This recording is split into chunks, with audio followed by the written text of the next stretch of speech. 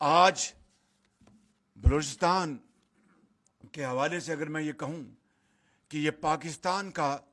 سب سے امیر ترین صوبہ ہے تو یہ بات غلط نہیں ہے، لیکن یہ عمارت کے حوالے سے جو ستون جو ہمارے وہاں پر ذخائر ہیں، فولاد کے، معدنیات کے، ان کی بہت بڑی تعداد ابھی بھی پہاڑوں کے نیچے دفن ہے، اور اس میں بھی کوئی شک نہیں ہونا چاہیے کہ یہ اثاثے، یہ دولت بلوچستان کے عوام کی ہے، چاہے اس کا تعلق مکران سے ہے یا لاس بیلا سے ہے یا چمن سے ہے یا کسی بھی علاقے سے۔ یہ سب سے پہلا حق اس کے اوپر بلوچستان کے عوام کا ہے،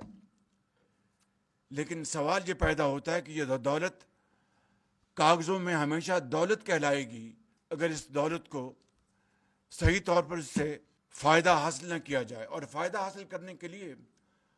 ان پہاڑوں کو، ان سمندروں کو، ان کی تہہ میں جانا ہوگا، اس کے لیے سرمایہ چاہیے، اس کے لیے ایکسپرٹیز چاہیے، اس کے لیے وسائل چاہیے،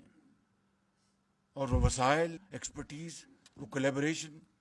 وہ بلوچستان اور وفاق نے مل کے کرنی ہے، تبھی جا کر وہ دولت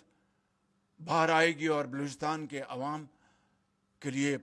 پہلے نمبر پر اور پاکستان کے عوام کے لیے بعد میں اس کا فائدہ حاصل ہوگا۔ تو میں سمجھتا ہوں کہ یہ ہے وہ بنیادی بات جو ہمیں اپنے